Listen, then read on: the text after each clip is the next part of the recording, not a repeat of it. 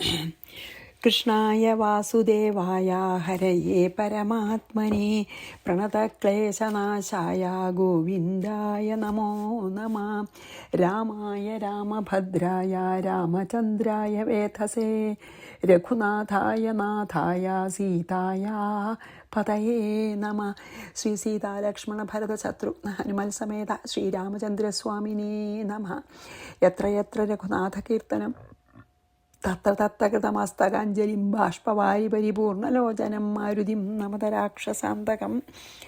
നമ്മൾ ഉത്തരകാണ്ഡ 9-ാം സർഗം 44-ാമത്തെ ശ്ലോകത്തിൽ എന്താണ് പറഞ്ഞത് വെച്ചാൽ, ശ്രീരാമ ഭഗവാനെ ആ അയോധ്യയിലുള്ള സർവ്വജീവജാലങ്ങളും നമുക്ക് കണ്ണുകൊണ്ട് കാണാൻ പറ്റാത്ത ചെറിയ പ്രാണികളടക്കം, അല്ലെങ്കിൽ ചെറിയ ഇത് നമുക്ക് കണ്ണുകൊണ്ട് പോലും ദൃഷ്ടിക്ക് വിഷയമല്ലാത്ത ചെറിയ ചെറിയ സർവ്വജീവജാലങ്ങളും ഈ മോക്ഷ കവാടം തുറന്നുകൊണ്ടിങ്ങനെ തുറന്നു തരാൻ പോണ ആ ശ്രീരാമനെ എല്ലാവരും അനുഗമിച്ചു നമ്മൾ പറഞ്ഞു നിർത്തി. 45 നാസീദയോധ്യാനഗരേ തു ജന്തുഃ കശ്ചിത്തദാ രാമമന നയാതഃ ശൂന്യം ബഭൂവാഖിലമേവ തത്ര പുരം ഗതേ രാജനി രാമചന്ദ്രേ.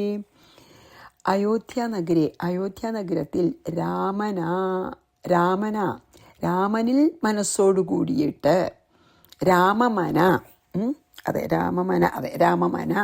രാമനിൽ മനസ്സ് വെച്ചവരായിട്ട് രാമം നയാത രാമനെ യാനം ചെയ്യാത്ത കശ്ചിൽ ജന്തു എന്ന ആസിൽ, അതായത് രാമനെ അനുഗമിക്കാത്ത ഒരു ജന്തുവും ഉണ്ടായിരുന്നില്ല, ഒരു ജീവജാലങ്ങളും. രാജനി രാമചന്ദ്രേ ഗതേ, രാജാവായ ഈ രാമചന്ദ്രൻ പോയപ്പോൾ തത്ര അഖിലം പുരം ശൂന്യം ബഭുവ, അവിടെ ആ മുഴുവൻ അയോധ്യയും ശൂന്യമായി തീർന്നു. അതായത് രാമനിൽ തന്നെ മനസ്സ് വെച്ച് രാമനാമം ജപിച്ച് രാമനെ അനുഗമിക്കാതിരുന്ന ഒരു പ്രാണിയും അയോധ്യയിലുണ്ടായിരുന്നില്ല. രാജാവായ രാമചന്ദ്രൻ ആ അയോധ്യ നഗരം വിട്ടുപോയപ്പോൾ അവിടെയുള്ള ആ നഗരം മുഴുവനും ശൂന്യായിത്തീർന്നു. നാസീദയോധ്യാനഗരേ തു ജന്തുഃ കശ്ചിത്തദാ രാമമന നയാതഃ ശൂന്യം ബഭൂവാഖിലമേവ തത്ര പുരം ഗതേ രാജനി രാമചന്ദ്ര. 46 തതോതി ദൂരം നഗരാത്സഗത്വാ ദൃഷ്ട്വാ നദീം താം ഹരിനേത്രജാതാം നനന്ദരാമസ്മൃതപാവനോസൗ ദദർശ ചാശേഷമിദം ഹൃദിസ്ഥം. തഥാ നഗരാൽ അനന്തരം അയോധ്യ നഗരത്തിൽ നിന്ന് അതിദൂരം ഗത്വ കുറേ ദൂരം പോയിട്ട് ഹരിനേത്രജാതാം ഹരിയുടെ നേത്രത്തിൽ നിന്നും ജനിച്ചതായ നദീം ദൃഷ്ട്വ, അതായത് ഭഗവാന്റെ നേത്രത്തിൽ നിന്ന് ജനിച്ച നദിയെ കണ്ടിട്ട് സ്മൃതപാവനഃ, സരയൂ നദിയാണ്, സ്മൃതപാവനഃ അസൗ രാമ, സ്മരിക്കപ്പെട്ട സ്വരൂപത്തോടു കൂടിയ ഈ രാമൻ നനന്ദ സന്തോഷിച്ചു. അശേഷം ഇതിനെ സമസ്തമായ ഇതിനെ ഹൃദിസ്ഥം ദദർശ, ഹൃദയത്തിലിരിക്കുന്നതായിട്ട് കണ്ടു. എന്താ പറയുക വെച്ചാൽ, ഈ അയോധ്യ നഗരത്തിൽ നിന്ന് കുറേ ദൂരം സഞ്ചരിച്ചപ്പോൾ ഭഗവാൻ മഹാവിഷ്ണുവിൻ്റെ നേത്രത്തിൽ നിന്ന്, കണ്ണിൽ നിന്ന് ഉത്ഭവിച്ചതായിട്ടുള്ള സരയൂ നദിയെ കണ്ട് സന്തോഷിച്ചു എന്നാണ് പറഞ്ഞത്. അതായത് സരയൂ നദി സൂര്യപുത്രിയാണെന്നാണ് പുരാണങ്ങളിലത്തെ ഒരു കഥ പറയണത്. സൂര്യൻ വിരാട് പുരുഷനായ ഹരിയുടെ കണ്ണാണല്ലോ, അല്ലേ? ഇപ്പോൾ വിരാട് സ്വരൂപം എടുക്കുകയാണെങ്കിൽ സൂര്യചന്ദ്രന്മാർ കണ്ണാണെന്ന് നമ്മൾ കണ്ടിട്ടുണ്ടല്ലോ. വിരാട് സ്വരൂപം ഭാഗവതത്തിൽ ചെയ്യുമ്പോൾ ഒക്കെ നമ്മൾ കണ്ടുല്ലോ. അത് അപ്പോൾ സൂര്യചന്ദ്രന്മാർ ഭഗവാന്റെ കണ്ണാന്ന് പറയുന്നത്. അപ്പോൾ സൂര്യനിൽ നിന്നാണ്, സൂര്യൻ്റെ പുത്രിയാണെങ്കിൽ എന്താണ്, ഭഗവാന്റെ കണ്ണിൻ്റെ പുത്രിയാണ്. അതുകൊണ്ടാണ് അങ്ങനെ പറയുന്നത്. അതായത് സരയൂ നദി സൂര്യപുത്രിയാണ്. സൂര്യൻ ഇപ്പോൾ വിരാട് പുരുഷനായിട്ടുള്ള ഭഗവാനെ നമ്മൾ ധ്യാനിക്കുകയാണെങ്കിൽ നമ്മൾ സൂര്യനെ നേത്രമായിട്ടാണ് വർണ്ണിക്കാറ്. അതുകൊണ്ടാണ് ഹരിനേത്രജാത എന്ന് പറഞ്ഞത്. ഭഗവാന്റെ നേത്രത്തിൽ നിന്ന് ഉണ്ടായ സരയൂ നദിയെ അങ്ങനെ പറഞ്ഞത്. അപ്പോൾ സ്വന്തം മകളെ കണ്ടാൽ എല്ലാ അച്ഛന്മാർക്കും സന്തോഷം ഉണ്ടാവുമല്ലോ. അപ്പോൾ പെട്ടെന്ന് തന്നെ അതാണ് ഇതിൽ അത്ഭുതം. എന്താ അറിയോ, പെട്ടെന്ന് ശ്രീരാമന് ഞാൻ വിരാട് പുരുഷൻ തന്നെയാണ് എന്നുള്ള സ്മരണ ഉണ്ടായി. ഞാനൊരാവശ്യത്തിന് വേണ്ടി സത്വഗുണം സ്വീകരിച്ച് ശ്രീരാമനായി അവതരിച്ച് ഇപ്പം അവതാരോദ്ദേശം കഴിഞ്ഞു. ഞാൻ യഥാർത്ഥത്തിൽ ഞാൻ ആ വിരാട് പുരുഷൻ, ലോകം മുഴുവൻ നിറഞ്ഞു നിൽക്കുന്ന ബ്രഹ്മം തന്നെയാണ് ഞാൻ വിരാട് പുരുഷനാണെന്ന് അങ്ങോട്ട് ഓർമ്മ വന്നു സരയൂ നദിയെ കണ്ടപ്പോൾ. അപ്പോൾ സരയൂ നദിയെ കൊണ്ടപ്പോൾ സന്തോഷമായി, കാരണം പുത്രിയാണ് അല്ലേ, അതാണ് അതിൽ പറഞ്ഞത്. അപ്പോൾ ഈ ജഗത്ത് മുഴുവൻ തൻ്റെ ഹൃദയത്തിലിരിക്കുന്നതായിട്ട് അപ്പം അദ്ദേഹത്തിന് തോന്നി. അതാണ് ചാശേഷമിതം ഹൃദിസ്ഥം എന്ന് പറഞ്ഞില്ലേ, എല്ലാം ഈ ജഗത്ത് മുഴുവൻ, ഈ പ്രപഞ്ചം മുഴുവൻ, താൻ വിരാട് പുരുഷനാണെങ്കിൽ പിന്നെ പ്രപഞ്ചം മുഴുവൻ ഭഗവാന്റെ ഉള്ളിലല്ലേ ഹൃദയത്തിൽ ഇരിക്കുന്നതായിട്ട് കാണുകയും ചെയ്തു. അതായത് ഞാൻ മാത്രമേ ഉള്ളൂ, എന്നിൽ നിന്ന് ഭിന്നമായിട്ട് യാതൊന്നും ഇല്ല എന്ന് ഉള്ള ആ ഒരു ഭാവം, അതായത് പരബ്രഹ്മം തന്നെ ആയിത്തീർന്നു അപ്പോഴേക്കും മനസ്സുകൊണ്ടേ. ആര്? രാമൻ ലയിച്ചു എന്നർത്ഥം. ശ്രീരാമൻ പരബ്രഹ്മത്തിൽ ലയിച്ചു. അതുകൊണ്ടാണ് തന്നിൽ നിന്ന് ഭിന്നമായിട്ടൊന്നുമില്ല എന്ന്, ഞാൻ തന്നെയാണ് ഈ പ്രപഞ്ചം മുഴുവൻ എന്ന് തോന്നി വിരാട് സ്വരൂപനായിട്ട് സ്മരിച്ചപ്പോൾ അതിൻ്റെ അർത്ഥം എന്താ വെച്ചാൽ മഹാസമാധിയായി എന്ന്. അതായത് പരമാർത്ഥ ഭാവത്തിൽ ശരിക്കുള്ള ആ പരബ്രഹ്മത്തിൽ ലയിച്ചു എന്നാണ് അതിൻ്റെ അർത്ഥം. തതോതി ദൂരം നഗരാത്സഗത്വാ ദൃഷ്ട്വാ നദീം തം ഹരിനേത്രജാതം. നനന്ദ സന്തോഷിച്ചു. കാരണം അവതാരോദ്ദേശം കഴിഞ്ഞു. രാമ സ്മൃതഭാവനോസൗ, ആ പാവനമായിട്ടുള്ള സ്മരണ വന്നു, ഞാൻ പരബ്രഹ്മം തന്നെയാണ് എന്ന് വന്ന് അതിൽ തന്നെ ലയിച്ചു. തദ്ദർശചാശേഷമിതം ഹൃദിസ്ഥം, ജഗത്തിനെ മുഴുവൻ ഉള്ളിൽ കണ്ട് അങ്ങനെ മഹാസമാധി അടഞ്ഞു. അഥാഗതസ്തത്ര പിതാമഹോ മഹാൻ ദേവാശ്ച സർവേ ഹൃഷയശ്ച സിദ്ധാഃ വിമാനകോടീഭിരപാരപാരം സമാവൃതം കംസുരസേവിതാഭിः. അഥ തത്ര, അതിനുശേഷം അവിടെ മഹാൻ പിതാമഹ, മഹാനായ പിതാമഹനും ബ്രഹ്മാവേ, സർവേ ദേവ, സർവദേവന്മാരും, ഋഷികളും, സിദ്ധാഃ ച, സിദ്ധന്മാരും ആഗത, അവിടെ എത്തിച്ചേർന്നു. അപാരപാരം ഖം, അതായത് അപാരമായിട്ടുള്ള കരയോടുകൂടിയിരിക്കുന്ന ആകാശം, സുരസേവിതാഭി, സുരന്മാരാൽ സേവിക്കപ്പെടുന്ന വിമാനം, അതായത് ആകാശം മുഴുവൻ ദേവന്മാരുടെ വിമാനം കൊണ്ട് നിറഞ്ഞു. മുഴുവൻ ഈ ശ്രീരാമൻ്റെ മഹാപ്രസ്ഥാനത്തിൻ്റെ സമയത്ത് ഭഗവാൻ തിരിച്ച് വൈകുണ്ഠത്തിലേക്കാന്നോ അല്ലെങ്കിൽ പരബ്രഹ്മം തന്നെയായി പോകാന്നോ എന്താ വെച്ചാൽ പറയാം. വൈകുണ്ഠനാഥൻ തിരിച്ചു പോവുകയാണല്ലോ അവതാരോദ്ദേശം കഴിഞ്ഞിട്ട്. അപ്പോൾ ബ്രഹ്മാവടക്കം സകല ദേവന്മാരും ആകാശത്തിലെ വിമാനത്തിൽ വന്ന് നിറഞ്ഞു. മീൻസ് ആകാശം മുഴുവൻ ദേവന്മാരുടെയും ഗന്ധർവന്മാരെയും, അതായത് ഈ സെലിസ്റ്റിയൽ ബീയിങ്സിൻ്റെ വിമാനങ്ങളെ കൊണ്ട് ചുറ്റപ്പെട്ടു എന്ന് പറഞ്ഞു. അതാണ് ആകാശം നിറഞ്ഞു എന്ന്.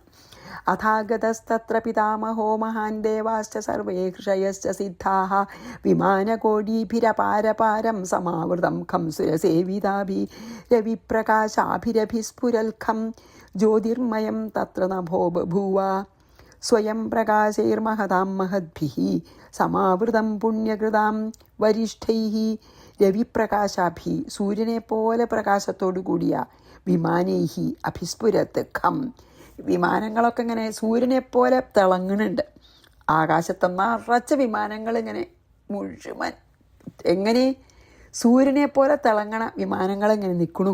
തത്ര നഭ, ആ പ്രദേശത്തുള്ള ആകാശം ജ്യോതിർമയം, അപ്പം ഇങ്ങനെ വിളിച്ച് എല്ലാ ദിക്കിലും ഇങ്ങനെ ഇങ്ങനെ ഭയങ്കര പ്രകാശമാനമായിട്ട്. പുണ്യകൃതാം വരിഷ്ഠൈഹി, പുണ്യം ചെയ്തവരിൽ അതിശ്രേഷ്ഠന്മാരും, സ്വയം പ്രകാശൈഹി, സ്വതേ പ്രകാശിക്കുന്നവരായ മഹദ്ഭി, മഹാന്മാരിൽ വെച്ചും മഹാന്മാരായിരിക്കുന്നവരാൽ സമാവൃതം മൂടപ്പെട്ടു.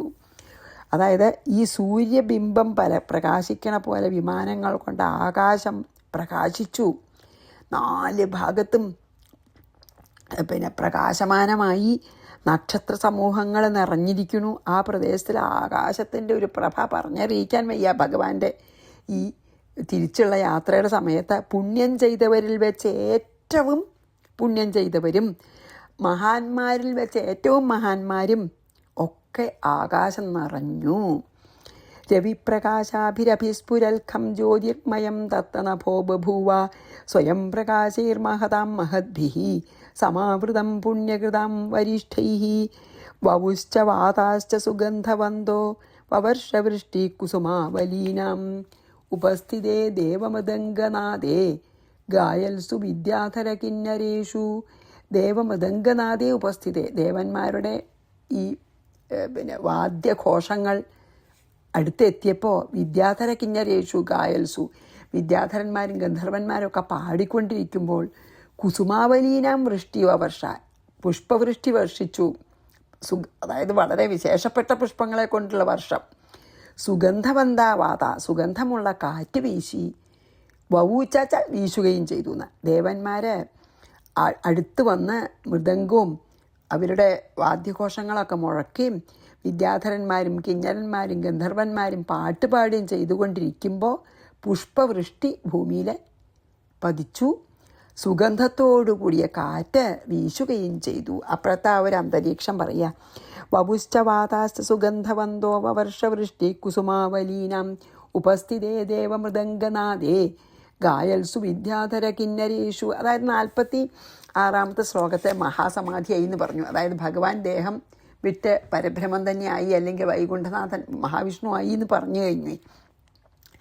ഇനി 50. രാമസ്തു പദ്ഭ്യം സരയൂജലം സകൃൽ സ്പൃഷ്ട്വാ പരിക്രാമദനന്തശക്തി ബ്രഹ്മാ തഥാ പ്രാഹ കൃതാഞ്ജലിസ്ത്വം രാമം പരാത്മൻ പരമേശ്വരസ്ത്വം. അനന്തശക്തി രാമാതു, അനന്തശക്തിയായ രാമനാകട്ടെ സരയൂജലം, സരയൂ നദീജലത്തെ സകൃത് ഒരു പ്രാവശ്യം പദ്ഭ്യാം തൻ്റെ പാദങ്ങൾ കൊണ്ട് സ്വപൃഷ്ട ഒന്ന് സ്പർശിച്ചിട്ട് പരിക്രമാത് അതിൻ്റെ ഉള്ളിലേക്ക് അങ്ങോട്ട് പോകാൻ ഒരുങ്ങി. കൃതാഞ്ജലിയും ബ്രഹ്മ, അപ്പോൾ 2 കൈയും കൂപ്പി ബ്രഹ്മാവ് തഥാ അപ്പോൾ തം രാമം പ്രാഹ, രാമനോട് പറഞ്ഞു. പോയിട്ടില്ല ചാൽ അതിങ്ങനെ മനസ്സിൽ റെഡിയായിട്ട് നിൽക്കാമെന്നാണ്. മഹാസമാധിയായി എന്ന് പറഞ്ഞു വെച്ചാൽ താൻ പരബ്രഹ്മം തന്നെ ആയി എന്ന് മനസ്സുകൊണ്ട് പരബ്രഹ്മത്തിൽ ശരിക്ക് ലയിച്ചു കഴിഞ്ഞു, ഈ ദേഹം കളഞ്ഞിട്ടില്ല, അത്രയേ ഉള്ളൂ. അപ്പോൾ എന്താണ്, ഈ അപരിച്ഛിന്നമായിട്ടുള്ള അനന്തമായ ശക്തിയോട് കൂടിയ രാമൻ പതുക്കെ സരയൂ നദിയിലത്തെ ജലത്തിനെ ഒന്ന് തൊട്ടു സ്പർശിച്ചു. എന്നിട്ട് പിന്നെ സരയൂ നദിയിലേക്ക് ഇറങ്ങി അങ്ങോട്ട് പോവാൻ ഭാവിച്ചു. അപ്പോൾ കൈകൂപ്പിക്കൊണ്ട് ബ്രഹ്മാവ് രാമനോട് പറഞ്ഞു, എന്ത്, ത്വം പരമേശ്വര, നിന്തിരുവടി പരമനായ ഈശ്വരൻ തന്നെയാകുന്നു. എന്താ പറഞ്ഞ, ഹേ പരമാത്മൻ, അങ്ങ് സർവോത്കൃഷ്ടനായിട്ടുള്ള എല്ലാവരുടെയും നിയന്താവായിട്ടുള്ള ഈശ്വരൻ തന്നെയാണ് എന്ന് പറഞ്ഞ് ബ്രഹ്മാവ് കൈകൂപ്പി. രാമസ്തു പദ്ഭ്യം സരയൂജലം സകൃൽ സ്വപുഷ്ട സ്പൃഷ്ട്വാ പരിക്രാമദനന്തശക്തി ബ്രഹ്മാ തഥാ പ്രാഹ കൃതാഞ്ജലിസ്ത്വം രാമം പരാത്മൻ പരമേശ്വരസ്ത്വം. 51. വിഷ്ണു സദാനന്ദമയോസി പൂർണ്ണോ ജാനാസി തത്വം നിജമീശമേകം തഥാപി ദാസസ്യ മമാഖിലേശ കൃതം വചോ ഭക്തപരോസി വിദ്വൻ. അർത്ഥം നോക്കാം. വിഷ്ണു മീൻസ് എല്ലാ ദിക്കിലും നിറഞ്ഞിരിക്കുന്നവൻ എന്നാണ് അർത്ഥം. എല്ലാ ദിക്കിലും നിറഞ്ഞിരിക്കുന്നവനും പൂർണ്ണനും സദാനന്ദമയ അസി, അതായത് ആനന്ദസ്വരൂപനും. നിജമേകം ഐശം തത്വം ജാനാസി, നിജമായും യഥാർത്ഥമായും ഏകമായും തത്വത്തെ അറിയുന്നു. തഥാപി എങ്കിലും അഖിലേശ സർവേശ്വര ദാസസ്യ മമ, ദാസനായ എൻ്റെ വചഃകൃതം വാക്കനുഷ്ഠിക്കപ്പെട്ടു. വിദ്വൻ, ഹേ സർവജ്ഞ, ഭക്തപരഹ അസി, ഭക്താധീനാകുന്നു. എന്താണ് ബ്രഹ്മാവ് പറഞ്ഞ വെച്ചാൽ അങ്ങ് സർവവ്യാപിയാണ്, ആനന്ദസ്വരൂപനാണ്, അങ്ങ് അദ്വിതീയനാണ്. അങ്ങയുടെ തത്വത്തിനെ പറ്റി ശരിക്ക് പറയാച്ചാൽ അങ്ങയ്ക്ക് മാത്രമേ അറിയുള്ളൂ, ആർക്കും പൂർണ്ണമായിട്ട് അറിയില്ല. ബ്രഹ്മാവിന് പോലും, ബ്രഹ്മാവിഷ്ണുമായി, അതായത് ബ്രഹ്മാവിനും ഈ സത്വഗുണമെടുത്ത് ഭൂമിയിൽ അവതരിച്ച മഹാവിഷ്ണുവിൻ്റെ തന്നെ അംശങ്ങൾക്ക് ഒന്നും ആ പരബ്രഹ്മതത്വം, അതാണ് പറഞ്ഞത്, എങ്ങും നിറഞ്ഞിരിക്കുന്നതും ആനന്ദസ്വരൂപനുമായ അങ്ങയുടെ ഈ അദ്വിതീയമായിട്ടുള്ള ഈശ്വര തത്വത്തെ അങ്ങയ്ക്ക് മാത്രം ശരിക്കറിയുള്ളൂ. അന്യന്മാർക്ക് അറിയാൻ കഴിയേയില്ല വേറൊരാൾക്ക്.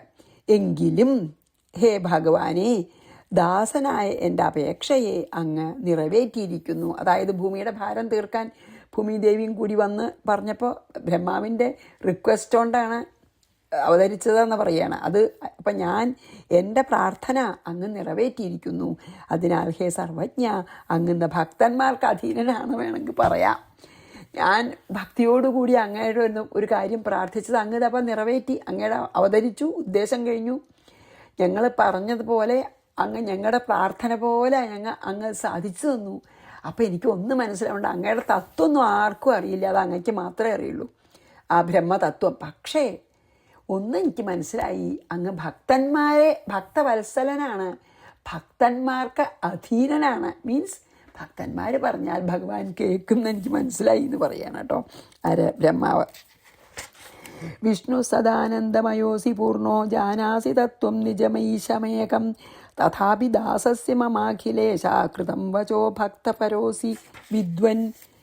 ഇനി ത്വം ഭ്രാതൃഭിർവൈഷ്ണവമേകമാദ്യം പ്രവിശ്യ ദേഹം പരിപാഹി ദേവാൻ യദ്വാപരോ വാ യദി രോചതേ തം പ്രവിശ്യ ദേഹം പരിപാഹി നസ്ത്വം.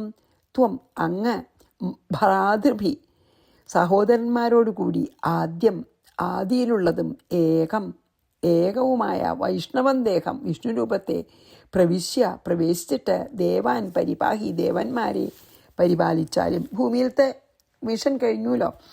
യദ്വ അല്ലെങ്കിൽ അപരഹവ മറ്റൊന്നാകട്ടെ രോചതേയതി രുചിക്കുന്നുവെങ്കിൽ തം ദേഹം പ്രവിശ്യ ആ ദേഹത്തെ പ്രവേശിച്ചിട്ട് ത്വം നിന്തിരുവടി നഹ പരിപാഹി ഞങ്ങളെ പരിപാലിച്ചാലും. എന്താ പറഞ്ഞാൽ അങ്ങ് സഹോദരന്മാരോട് കൂടി, ലക്ഷ്മണൻ ഓൾറെഡി പോയി, ബാക്കി സഹോദരന്മാരോട് കൂടി അങ്ങയുടെ ആദ്യം തന്നെയുള്ള ആ ഏകവും അദ്വൈതവുമായ വൈഷ്ണവദേഹത്തെ പ്രവേശിച്ചിട്ട്, അതായത് പണ്ടത്തെ പോലെ വൈകുണ്ഠത്തിലെ മഹാവിഷ്ണുവായി ഇരുന്നിട്ട് ദേവന്മാരെ പരിപാലിച്ചാലും. അതായത് ഈ ശ്രീരാമൻ്റെ ഒരു അവതാരത്തിൻ്റെ ഉദ്ദേശം ഇപ്പം കഴിഞ്ഞതുകൊണ്ട് ഈ അവതാരത്തിന് വേണ്ടി എടുത്ത ഈ ദേഹത്തെ ഉപേക്ഷിച്ച് ആ വൈകുണ്ഠ രൂപം തന്നെ അങ്ങെടുത്താലും, എന്നിട്ട് ദേവന്മാരെ പരിപാലിച്ചാലും, അല്ലെങ്കിൽ ഇനി വേറെ ഏതെങ്കിലും രൂപം അങ്ങക്ക് എടുക്കാൻ ആഗ്രഹം ഉണ്ടെങ്കിൽ, ഇപ്പോൾ ദ്വാപരയുഗത്തിൽ കൃഷ്ണനായിട്ട് വരുമല്ലോ, അങ്ങനെ ഏതെങ്കിലും വേറൊരു രൂപം അങ്ങക്ക് രുചിക്കണു എങ്കിൽ, എന്നാൽ യദ്വാപരോ അതായത് ഏതെങ്കിലും വേറെ വേഷത്തിൽ, ഇപ്പോൾ മഹാവിഷ്ണുവായിട്ട് വൈകുണ്ഠത്തിൽ ഇരിക്കാൻ തോന്നുന്നില്ല, വേറെ ഏതെങ്കിലും ദേഹം എടുക്കാനാണ് തോന്നണമെന്ന് വെച്ചാൽ അങ്ങനെയും എടുത്തിട്ട് ഞങ്ങളെ രക്ഷിച്ചാലും, എങ്ങനെയായാലും ഞങ്ങളെ പരിപാലിക്കണമെന്ന് പറയുകയാണ്. ഈ ദേഹം ഉപേക്ഷിച്ചിട്ട് വൈകുണ്ഠനാഥനായിരുന്നിട്ട് ഞങ്ങളെ പരിപാലിച്ചാലും വേണ്ടില്ല, ഇല്ല വേറൊരു ദേഹം എടുത്തിട്ട് ലീലകൾ ആടിക്കൊണ്ട് ഞങ്ങളെ പരിപാലിച്ചാലും വിരോധമില്ല. ഏതായാലും ഈ ദേഹം ഉപേക്ഷിക്കല്ലേ, അതാണ് അത് മനസ്സിലാവുണ്ടെന്ന് പറയുകയാണ്. ഈ ദേഹം ഉപേക്ഷിക്കാറായി എന്ന് ബ്രഹ്മാവിനും മനസ്സിലാവുന്നുണ്ട്, ദുഃഖിക്കാനില്ല എന്ന്. ത്വം ഭ്രാതൃഭിർവൈഷ്ണവമേകമാദ്യം പ്രവിശ്യ ദേഹം പരിപാഹി ദേവാൻ യദ് അപരോ എന്നാണ് കേട്ടോ അത്. യദ്വാപരോ വാ യദി രോചതേത്തം വേറെ ഏതെങ്കിലും അന്യമായ ദേഹം സ്വീകരിക്കണമെങ്കിൽ സ്വീകരിച്ച് ഞങ്ങളെ രക്ഷിച്ചാലും. പ്രവിശ്യ ദേഹം പരിപാഹി നസ്ത്വം ത്വമേവ ദേവാധിപതിശ്ച വിഷ്ണുർ ജാനന്തി ന ത്വാം പുരുഷ വിനാ മാം സഹസ്രകൃത്വസ്തു നമോ നമസ്തേ പ്രസീദ ദേവേശ പുനർനമസ്തേ. നമസ്കാരം. ദേവാധിപതി ദേവന്മാരുടെ മുഴുവൻ നിയന്താവും വിഷ്ണു സർവവ്യാപിയും ത്വം ഏവ അങ്ങു തന്നെ മാം വിന എന്നെ കൂടാതെ പുരുഷന്മാർ ത്വാം ന ജാനന്തി ആരും അങ്ങയെ അറിയുന്നില്ല. തേ അങ്ങയ്ക്കായിക്കൊണ്ട് സഹസ്രകൃത്വ നമഃ 1000 പ്രാവശ്യം നമസ്കാരം. സഹസ്രകൃത്വ നമ പറഞ്ഞ 1000 നമസ്കാരം. ദേവേശ പ്രസീദ ഹേ എല്ലാവർക്കും ദേവനായിട്ടുള്ളവനെ പ്രസാദിച്ചാലും തേ പുനഃ പിന്നെയും നമിക്കുന്നു. അതായത് ദേവന്മാരുടെ നാഥൻ, അതായത് ദേവന്മാരുടെ പാലകൻ ഇന്ദ്രനാണ്, ശരിയാണ്. പക്ഷേ ദേവേന്ദ്രൻ്റെയും ദേവനാണ് ഭഗവാൻ അല്ലേ. ദേവന്മാരുടെ അധിപനായ ഇന്ദ്രനും അവരെയൊക്കെ പരിപാലിക്കുന്ന വിഷ്ണുവും ഒക്കെ അങ്ങനെയാണ്. ഇന്ദ്രനും എല്ലാവരും അങ്ങ് തന്നെയാണല്ലോ, അങ്ങല്ലാതെ ഇവിടെ വേറെ ഒന്നുമില്ല. അങ്ങല്ലാതെ ഇവിടെ ഒന്നുമില്ല, എല്ലാം അങ്ങ് തന്നെയാണെന്ന് നമ്മൾ പറഞ്ഞു. അതായത് ഭഗവാൻ തന്നെ പല നാമരൂപങ്ങളിൽ പ്രത്യക്ഷപ്പെടുകയാണ്. എല്ലാവരും ഭഗവാനാണ്. മായയിലാവുകൊണ്ടാണ് നമുക്ക് ആ ഭഗവാനാണ് നമ്മളറിയാത്തത്. എല്ലാവരും ഭഗവാന്റെ വിവിധ നാമരൂപങ്ങളാണ് ഈ ജഗത്തിൽ കാണുന്നത് മുഴുവൻ. ഏകമേവാദ്വിതീയം ബ്രഹ്മ നേഹ നാനാസ്തി കിഞ്ചന എന്നല്ലേ പറയണ. ഉപനിഷത്തുകൾ പറയണതാണ് ഏകമേവാദ്വിതീയം ബ്രഹ്മ നേഹ നാനാസ്തി കിഞ്ചന. അതായത് ബ്രഹ്മമല്ലാതെ, അല്ലെങ്കിൽ ഭഗവാനോ എന്താച്ചാ പറയാം, അല്ലാതെ അന്യപുരുഷന്മാർ അങ്ങയ്ക്ക് മാത്രമേ അങ്ങയുടെ തത്വം അറിയുള്ളൂ. അങ്ങയ്ക്കായിക്കൊണ്ട് അനേകം നമസ്കാരം, 1000 നമസ്കാരം. ഹേ ദേവേശ പ്രസാദിക്കണമേ, വീണ്ടും വീണ്ടും നമസ്കാരം എന്ന് പറയാണ് അങ്ങ്. അതായത് അദ്വൈത ദൈവമാണ് അങ്ങന്ന് പിന്നെയും പറഞ്ഞ് നമസ്കരിക്കുകയാണ്. ത്വമേവ ദേവാധിപതിശ്ച വിഷ്ണുർജാനന്തി നത്വം പുരുഷാവിനാമം സഹസ്രകൃത്വസ്തു നമോ നമസ്തേ പ്രസീദ ദേവേശ പുനർനമസ്തേ. പിതാമഹ പ്രാർത്ഥനയാ സ രാമ പശ്യൽസു ദേവേഷു മഹാപ്രകാശഃ മുഷ്ണംശ്ച ചക്ഷുംഷി ദിവൗകസാം തദാ ബഭൂവ ചക്രാദിയുതശ്ചതുർഭുജഃ. പിതാമഹ പ്രാർത്ഥനയാ, പിതാമഹൻ്റെ അതായത് ബ്രഹ്മാവിൻ്റെ പ്രാർത്ഥന കൊണ്ട് രാമൻ ദേവേഷു പശ്യൽസു ദേവന്മാരൊക്കെ നോക്കിക്കൊണ്ടിരിക്കുമ്പോൾ, ദേവേഷു പശ്യൽസു ദേവന്മാർ നോക്കിക്കൊണ്ടിരിക്കേ, തഥാ അപ്പോൾ ദിവൗകസാം ദേവന്മാരുടെ ചക്ഷുംഷി നേത്രങ്ങളെ മുഷ്ണൻ മങ്ങിപ്പിക്കുന്ന അത്ര പ്രകാശം. ദേവന്മാരുടെ നേത്രങ്ങൾക്ക് ഇങ്ങനെ കണ്ണ് മങ്ങി മഹാപ്രകാശം, മഹത്തായ പ്രകാശത്തോടു കൂടിയവനും ചക്രാതിയുത അതായത് ശംഖചക്ര ഗദാധാരിയായിട്ട് ചതുർഭുജ 4 ഭുജങ്ങളോട് കൂടിയുമായിട്ട് ബഭുവ പെട്ടെന്ന് മഹാവിഷ്ണുവായി തീർന്നു. അതായത് രാമദേഹം ഉപേക്ഷിച്ചു. ബ്രഹ്മാവ് ചെയ്ത ഈ പ്രാർത്ഥന ഭഗവാൻ അതിൽ വളരെ പ്രസാദിച്ച് ആ പ്രാർത്ഥന സ്വീകരിച്ച് ശ്രീരാമഭഗവാൻ ദേവന്മാരെല്ലാം നോക്കിക്കൊണ്ടിരിക്കുമ്പോൾ ദേവന്മാരുടെ കണ്ണ് മങ്ങുന്ന പ്രകാശത്തോടു കൂടി ശംഖചക്ര ഗദാധാരിയായിട്ട് തീർന്നു. അങ്ങനെ ശംഖചക്ര ഗദ ചതുർഭുജ വിഷ്ണുവായി തീർന്നു. അതായത് വിഷ്ണു രൂപം തന്നെയാണ് പിന്നെ പിന്നെ പിന്നെ ശ്രീരാമനും അല്ലേ. അത് പക്ഷെ 2 കൈയല്ലേ കൃഷ്ണനും രാമനും ഒക്കെ നമ്മൾ കണ്ടിട്ടുള്ളൂ. ചതുർഭുജ വിഷ്ണുവായിട്ടല്ലോ.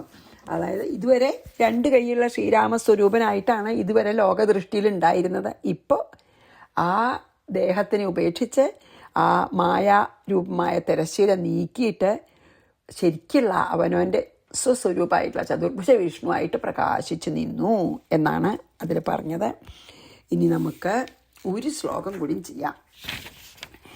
പിതാമഹ പ്രാർത്ഥനയാ സ രാമ പശ്യൽസു ദേവേഷു മഹാപ്രകാശഃ മുഷ്ണംശ്ച ചക്ഷുംഷി ദിവൗകസാം തദാ ബഭൂവ ചക്രാദിയുതശ്ചതുർഭുജഃ. 55. ശേഷോ ബഭൂവേശ്വര തൽപഭൂതഃ സൗമിത്രിരത്യദ്ഭുതഭോഗധാരീ. അതാണ് ബഭൂവതു ചക്രധരൗ ച ദിവ്യൗ കൈകേയി സൂനുർ ലവണാന്തകശ്ച. സൗമിത്രി അതായത് ലക്ഷ്മണൻ അത്യദ്ഭുത ഭോഗധാരി, അത്യദ്ഭുതമായ അനന്തസർപ്പത്തിൻ്റെ ശരീരം ധരിച്ചവനും ഈശ്വര തൽപഭൂതം മഹാവിഷ്ണുവിൻ്റെ കിടക്ക ബെഡ് അല്ലേ ശയ്യയായിരിക്കുന്നവനുമായ ശേഷ ബഭൂവ ലക്ഷ്മണൻ ആദിശേഷനായി. കൈകേയീസൂനു ഭരതൻ ലവണാന്തക ച ശത്രുഘ്നനും ലവണാസുരനെ കൊന്ന ആളെ ശത്രുഘ്നൻ, അതുകൊണ്ടാണ് ലവണാന്തകൻ എന്ന് പറഞ്ഞത്.